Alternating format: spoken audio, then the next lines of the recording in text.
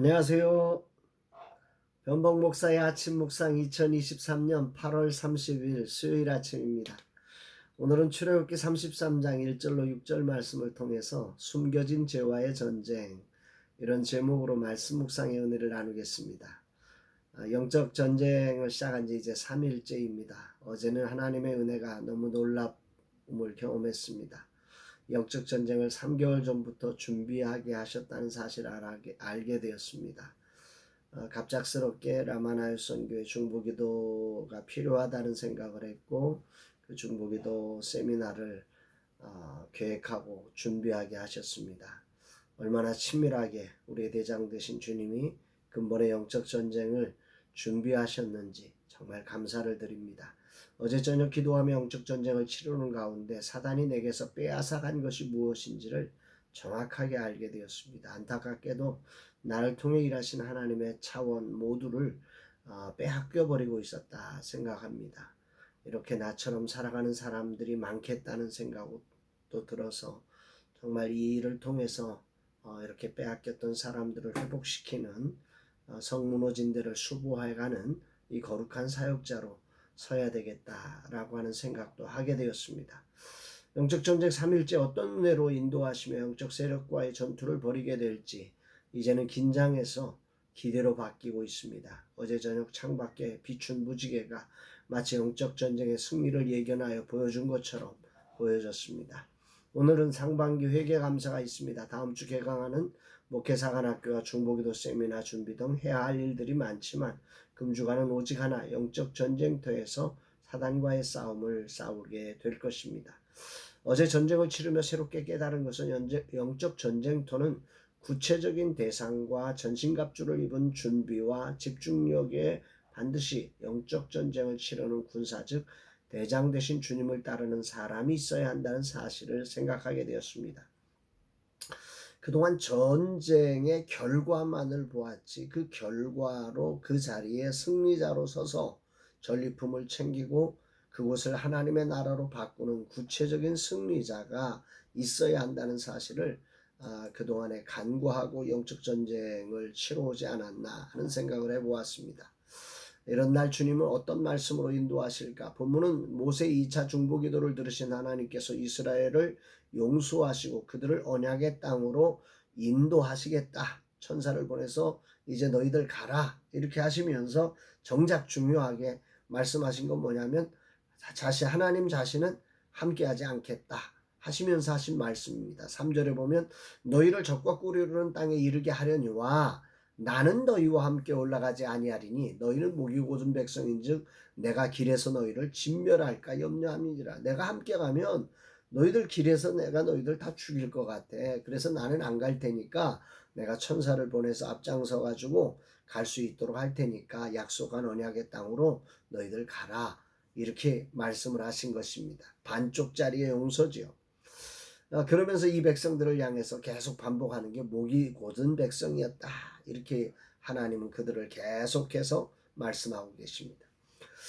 오늘 이 말씀을 보면서 죄의 위험성을 생각하게 됐습니다. 하나님 앞에 죄라는 것이 얼마나 무서운 것인지를 깊이 깨닫게 됩니다.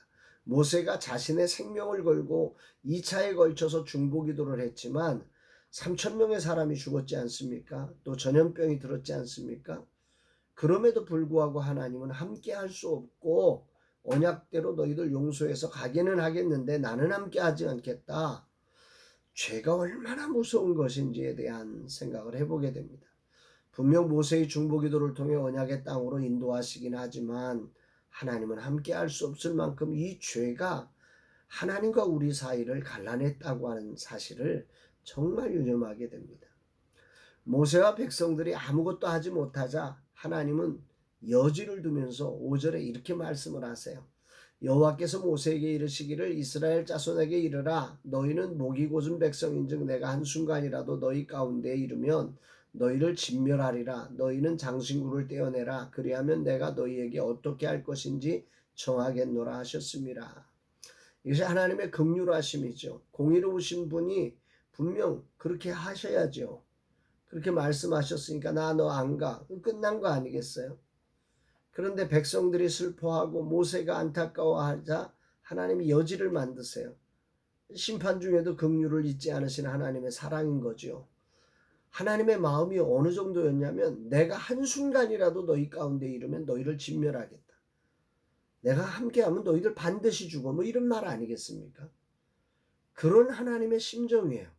도저히 함께할 수가 없어요. 죄가 그만큼 정말 하나님이 함께할 수 없는 치명적인 문제가 죄인데, 그래서 죄의 싹슨 사망이라고 하는 말이 무슨 말인지를 더 깊이 이해하게 되는 아침입니다.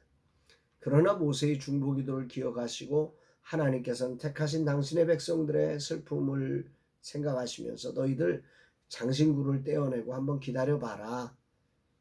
내가 한번 어떻게 정할지 한번 생각해 보겠다. 이러면서 하나님의 생각을 바꾸고 있는 거죠. 오늘 우리의 완전한 중보자이신 예수님의 은혜가 얼마나 놀라운 것인지를 더욱더 깊이 깨닫게 되지요. 영적전쟁 3일째 주님은 뭘 말씀하실까? 내 안에, 그리고 라마나요 선교 안에 사단이 틈을 다 진을 치게 된 죄악에 대한 치열한 속죄의 과정을 살피라고 하십니다. 이하로 나와 라마나요 선교 안에 모든 죄악을 철저히 살피고 회개하는 시간을 가져야 할 것 같습니다.